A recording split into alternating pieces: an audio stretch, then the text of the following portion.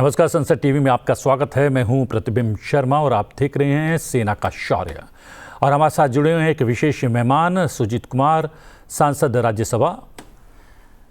हम उनसे बात करेंगे। उससे पहले मैं अपडेट दे देता हूं सेना के शौर्य की। भारत ने पाकिस्तान के खिलाफ जवाबी कार्रवाई की है। पाकिस्तान के कई शहरों पर मिसाइलें दागी गई हैं। वायुसेना ने पाकिस्तान के कई फाइटर प्लेन और ड्रोन को ध्वस्त कर दिया। इसके बाद नौसेना ने भी पाकिस्तान को घेरना शुरू कर दिया। ऑपरेशन सिंदूर से बौखलाए पाकिस्तान ने गुरुवार रात को ड्रोन, मिसाइल्स और भारी गोलाबारी के साथ भारत पर हमला करने की कोशिश की, लेकिन भारत की ओर से अलर्ट सेना के जवानों ने उसके सारे हमलों को नाकाम कर दिया।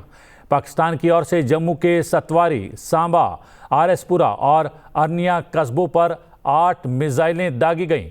इससे पहले पाकिस्तान ने बुधवार रात को भी भारत के कई शहरों पर हमला करने की कोशिश की। नौसेना ने पाकिस्तान के कराची पोर्ट को तबाह कर दिया। नौसेना ने समुद्री हमले में कराची पोर्ट पर कई मिसाइलें दागी। बताया जा रहा है कि इन मिसाइलों से कराची पोर्ट पूरी तरह से तबाह हो गया है।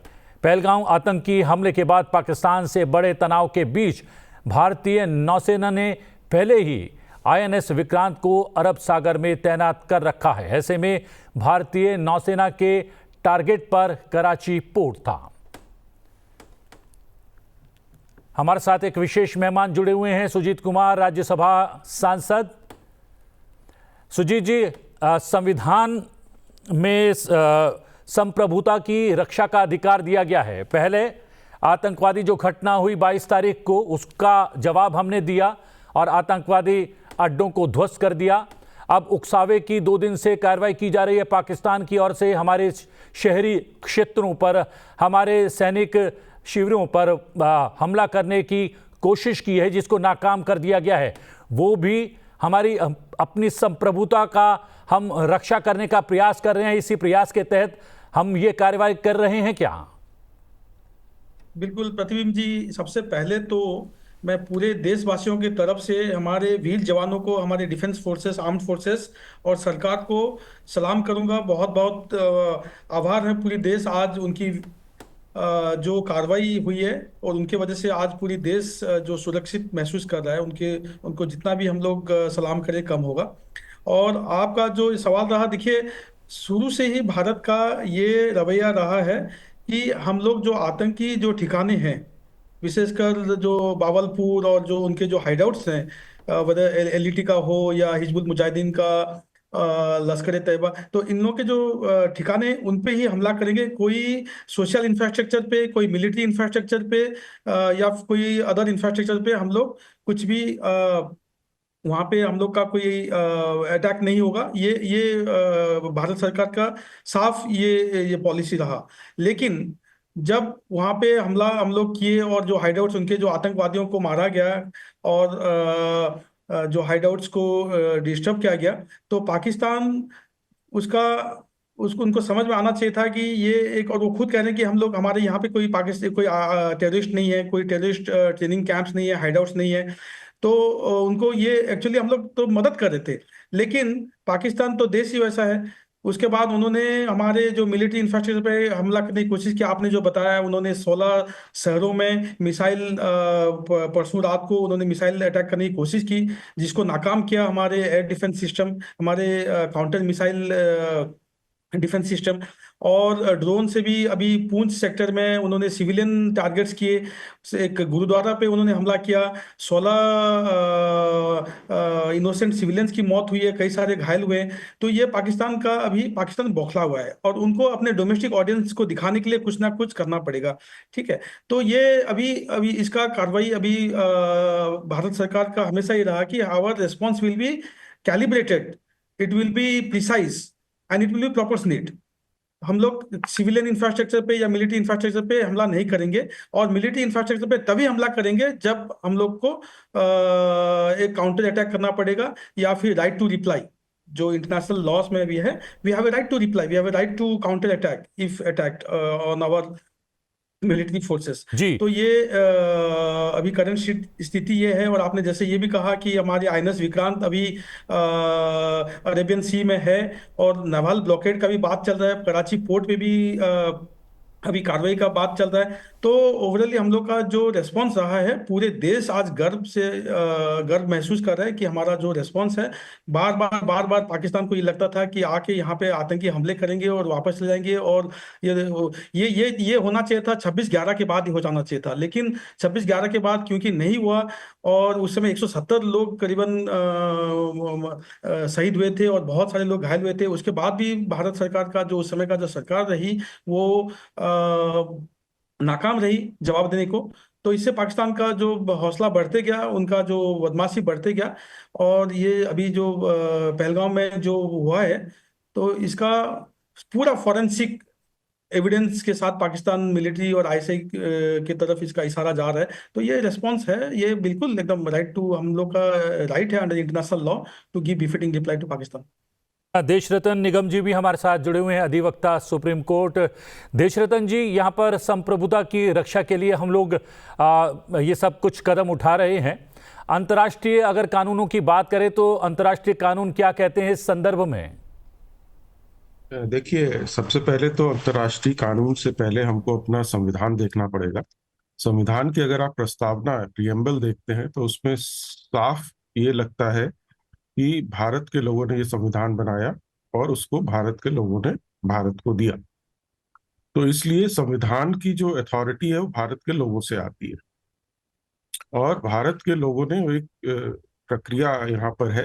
हमारा पार्लियामेंट है, और पार्लियामेंट, और दूसरी तरफ एग्जीक्यूटिव है और जुडिशरी है। हमारे जो प्रेसिडेंट है वो चीफ कमांडर इन चीफ हैं हमारे डिफेंस फोर्सेस के, इसलिए सरकार के पास जो काउंसिल ऑफ मिनिस्टर्स हैं वो उनको एडवाइस करते हैं, और उसी एडवाइस के तहत ये निर्णय लिया गया है। और सरकार ने निर्णय लिया है, और इसमें सेल्फ डिफेंस में लिया हुआ, ये एक्ट ऑफ वॉर अभी नहीं हुआ है। इसको सेल्फ डिफेंस में, जो हमारे यहाँ हत्याएं हुई, नरसंहार हुआ अप्रैल में, और उसके तहत ये लिया गया है। और अंतर्राष्ट्रीय कानून भी आपको आत्मरक्षा का अधिकार देते हैं किसी भी देश को, और वहां पे युद्ध का भी अधिकार देते हैं। ऐसा नहीं है कि नहीं देते, यूएन चार्टर वगैरह सारे हैं। अगर आपकी एकता और संप्रभुता, जो कि हमारे प्रियम्बल में साफ लिखा गया है, integrity, unity and integrity of the nation, ये हमारे भारत की जनता ने, इसका प्रस्तावना में भी लेख है। और आर्टिकल 1 भी आप देखें, वो भी यूनियन ऑफ स्टेट्स है इंडिया, जिसकी रक्षा और सुरक्षा करना भारतीय सरकार का दायित्व बनता है, और उसी के तहत ये लिया गया। ये दायित्व आपका अंतर्राष्ट्रीय जो विधि विधान है वो भी देता है कि आप अपनी जनता की रक्षा करें। कोई आप पर हमला होता है, उससे आपको अपनी रक्षा करनी है। इसीलिए अगर आप देखें, भारत रिस्पॉन्ड कर रहा है। अगर उन्होंने आपके क्षेत्र में घुस के अगर कुछ इस तरह की कार्रवाई, नरसंहार किया है, तो उसका वो जवाब दे रहा है। उन्होंने आतंकी ठिकानों को नेस्तनाबूद किया है, और उसके बाद उन ठिकानों पर वो हमला कर रहा है as an act of self defence, जिससे कि भारत की एकता और संप्रभुता बनी रहे। और इसीलिए आप देखेंगे दुनिया के बहुत सारे देश खड़े हुए हैं भारत के साथ। कुछ हैं जो कि इधर उधर भटक रहे हैं, लेकिन इस परिस्थिति में कि भारत को अपने आतंकी हमलों से अपनी रक्षा करनी है और ध्यान देना है। इसी तरह आप देखेंगे हमारे यहाँ 352 है आर्टिकल, जो इमरजेंसी पावर देता है। उस इमरजेंसी पावर में हमारे पास अधिकार है। और अगर आप एंट्री 1 देखें और एंट्री 2A देखें, जो लिस्ट है यूनियन लिस्ट, उसमें केंद्र सरकार के पास पावर है इस तरह के जो रिस्पॉन्ड करना है as an act of self defence. हमारा कॉन्स्टिट्यूशन अपनी तरफ से युद्ध इनिशिएट या प्रारंभ करने की आज्ञा नहीं देता, इसलिए हम लोग ने हमेशा रिस्पॉन्ड कर रहे हैं। और इसका इंटरप्रिटेशन भी इस तरह से, कई बार ऐसे एक्स्ट्रा ऑर्डिनरी सर्कमस्टांसेस भी हो सकते हैं। मैं समझता हूँ उसका इंटरप्रिटेशन उसी हिसाब से किया जाएगा कि मान लीजिए आपको अगर पता है कि कोई देश आप पर न्यूक्लियर स्ट्राइक करने वाला है, तो ऐसी स्थिति में आप एक्ट ऑफ वॉर कर सकते हैं, और वो अंतर्राष्ट्रीय उसमें वो सेल्फ डिफेंस में ही माना जाएगा। ऐसा नहीं कि आप बैठे रहेंगे जब तक आपके ऊपर कोई स्ट्राइक नहीं हो जाए और फिर आप उसको रिस्पॉन्ड करेंगे। जी। तो ये इस तरह का इंटरप्रिटेशन है। तो ये इंटरप्रिटेशन हमें अंतर्राष्ट्रीय कानून के तहत मिलते हैं। और सबसे बड़ी बात यह है कि 22 तारीख को जब धर्म पूछकर कायराना हरकत की गई थी आतंकवादियों के द्वारा, उसके बाद जब हमने आतंकवादी शिविरों को निशाना बनाया, उसकी जानकारी हमने सभी देशों को दे दी थी। और अब जब एक बार फिर से LOC क्रॉस की और अंतर्राष्ट्रीय सीमा का उल्लंघन करते हुए हमारे सैन्य ठिकानों को निशाने बनाने का प्रयास किया गया, हमारे नागरिकों को निशाना बनाने का प्रयास किया गया पाकिस्तान की तरफ से, उसको जो जवाब दिया है भारत ने, उसकी जानकारी भी लगातार हम लोग दे रहे हैं। विदेश मंत्री S जयशंकर ने गुरुवार देर रात अमेरिका सहित कई देशों के समकक्षों के साथ बातचीत की। इस दौरान विदेश मंत्री S जयशंकर ने पाकिस्तान के किसी भी उकसावे वाले प्रयास का दृढ़ता से मुकाबला करने के लिए भारत के दृढ़ संकल्प पर जोर भी दिया। अमेरिकी विदेश मंत्री मार्को रूबियो से बातचीत में विदेश मंत्री S जयशंकर ने आतंकवाद के खिलाफ लड़ाई में भारत के साथ काम करने की वॉशिंगटन की प्रतिबद्धता की सराहना भी की। उन्होंने बातचीत के बाद सोशल मीडिया प्लेटफॉर्म X पर पोस्ट किया, सीमा पार आतंकवाद के प्रति भारत की लक्षित और संतुलित प्रक्रिया को रेखांकित किया गया है। तनाव बढ़ाने के किसी भी प्रयास का दृढ़ता से मुकाबला भी किया जाएगा। सुजीत जी, विदेश मंत्री लगातार अलग अलग देशों के विदेश मंत्रियों के साथ संपर्क में है, पल पल की जानकारी दे रहे हैं और ये भी बता रहे हैं कि हमारा अधिकार है अपनी संप्रभुता की रक्षा करना। देखिए, जब 22 अप्रैल को पहलगांव का जो घटना हुआ, उसके बाद सारे P5 कंट्रीज, जिसमें चाइना भी है, सारे उसको कंडेम किए थे। तो उस समय कुछ ही देश थे जो इसका निंदा नहीं किए थे, जिसमें कनाडा है, टर्की है और कई दो चार मुस्लिम इस्लामिक कंट्रीज हैं। लेकिन देखिए, उस समय प्रधानमंत्री जी रियाद में थे। सऊदी अरेबिया और इंडिया का एक जॉइंट स्टेटमेंट भी आया था जिसमें कड़ी निंदा की गई थी घटना का। UAE उसका कंडेम किया था, ओमान इसका कंडेम किया था, इजिप्ट ने किया था। तो लगभग बहुत सारे इस्लामिक देशों ने भी इसका कंडेम किया था, इंक्लूडिंग चाइना, P5 कंट्री, जो पाकिस्तान का कहता है कि ऑल वेदर फ्रेंड है। और अभी जो भारत का रिस्पॉन्स रहा है, इसको अमेरिका तो सॉलिडली इसको जो मार्क रूबियो हैं, उनके secretary of state, he has said that कि नहीं, India has the right for self defence. Israel हमको बिल्कुल सपोर्ट कर रहा है।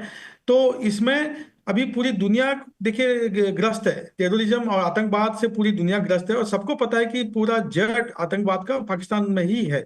और अब जो भावलपुर में जो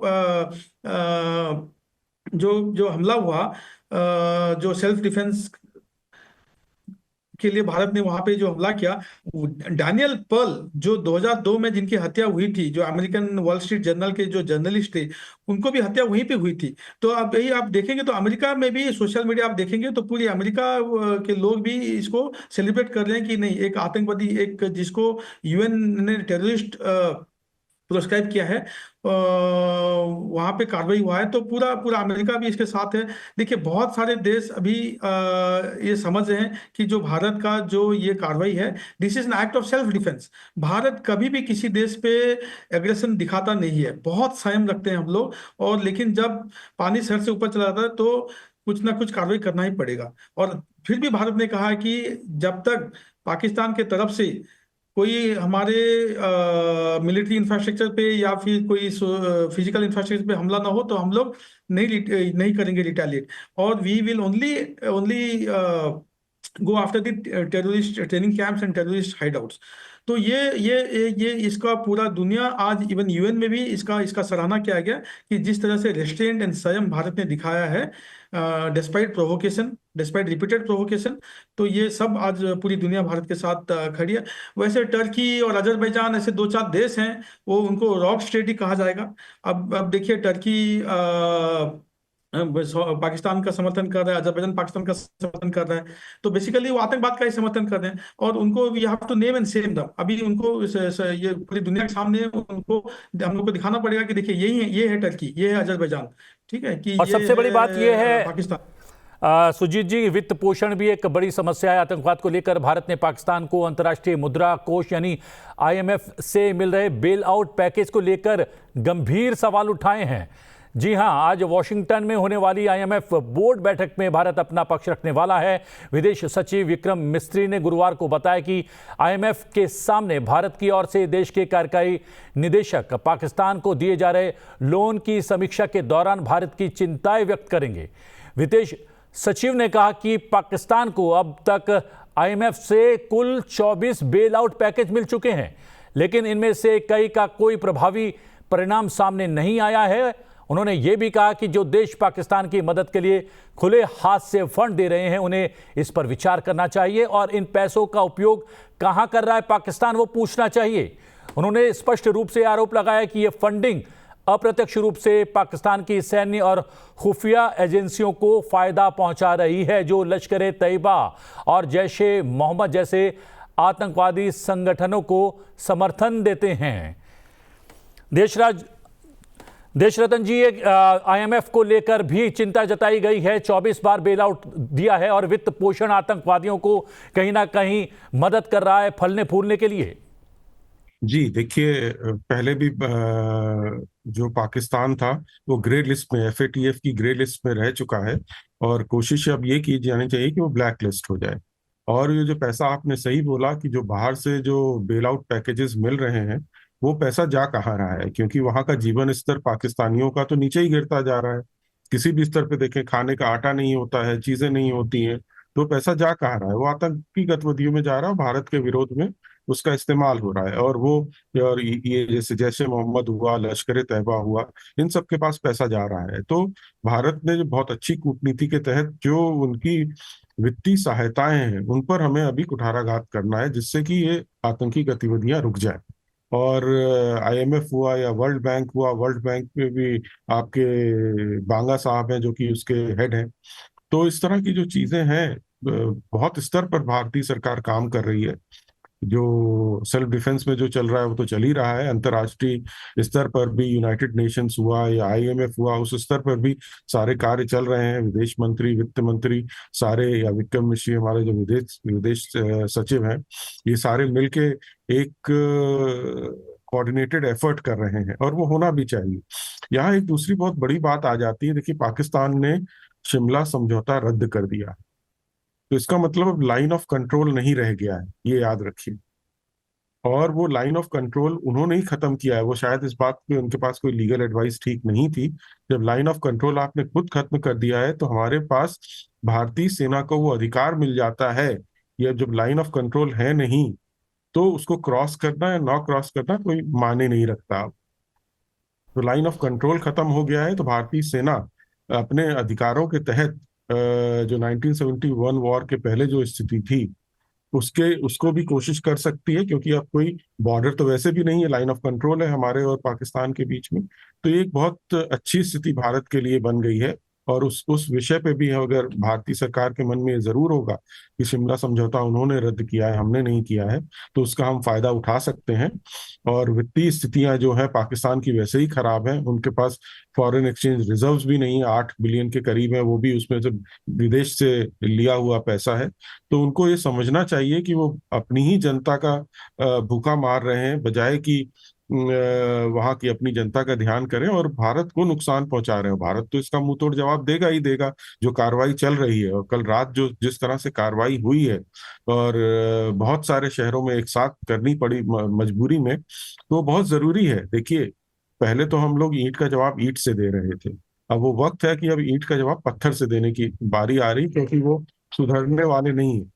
और वो जब सुधरेंगे नहीं तो इसका जवाब देखिए वही है, हमें तो अब भारत की एकता और संप्रभुता की रक्षा करनी है, भारतीय लोगों की रक्षा करनी है। वो हमारी सरकार का और हमारी पार्लियामेंट का, जुडिशरी, सबका एक दायित्व बनता है, जिसका निर्वाह वो बहुत अच्छी तरह से कर रहे हैं।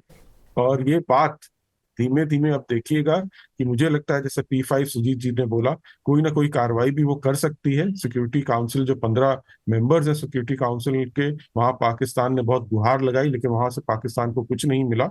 मैं समझता हूँ भारत की जो ओवरऑल नीति है राष्ट्रीय और अंतर्राष्ट्रीय स्तर पर, उसके तो और नतीजे और जिस तरीके परिणाम की भी आने कार्रवाई शुरू। पाकिस्तान कर रहा है, उकसावे की कार्रवाई, उसमें पूरा भारत एक स्वर में सरकार के साथ खड़ा हुआ है। सर्वदलीय बैठक बुलाई गई थी सुजीत जी, और सर्वदलीय बैठक में सरकार को पूरे अधिकार दिए गए हैं सभी राजनीतिक दलों के नेताओं के द्वारा कि सरकार के साथ इस गंभीर अवस्था में पूरे राजनीतिक दल के नेता उनके साथ हैं। जो भी कदम उठाएगी आतंकवाद को कुचलने में या फिर आतंकवाद को प्रश्रय देने वाले पाकिस्तान को कुचलने में, वो सरकार के साथ हैं। उस पर क्या कहना है आपका?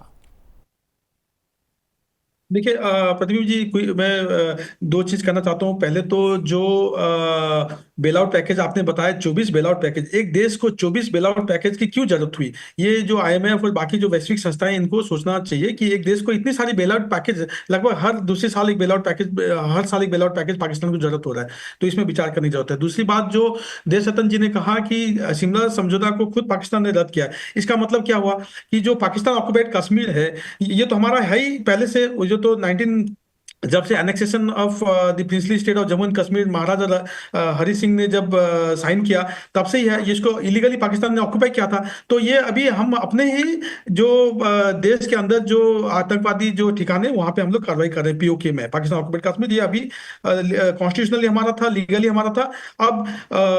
अब पोजीशन भी हमारा हो जाएगा।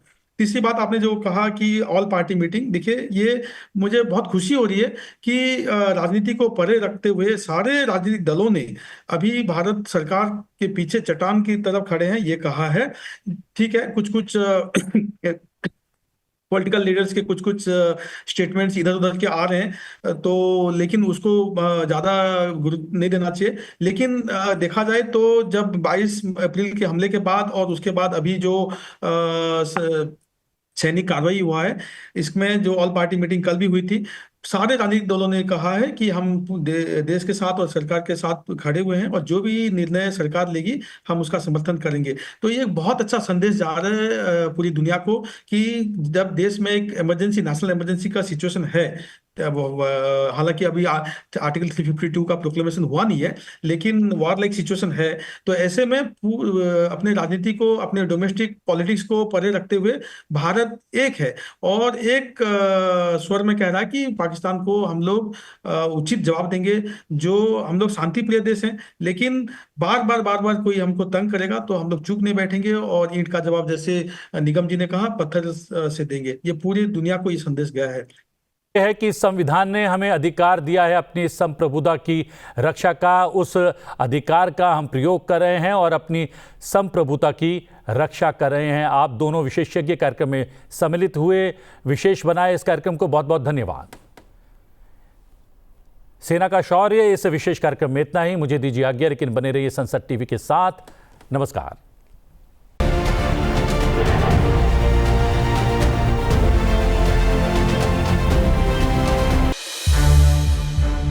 संसद टीवी के और भी प्रोग्राम्स देखने के लिए सब्सक्राइब करें हमारा YouTube चैनल और हाँ, इन्हें लाइक और शेयर करना ना भूलें।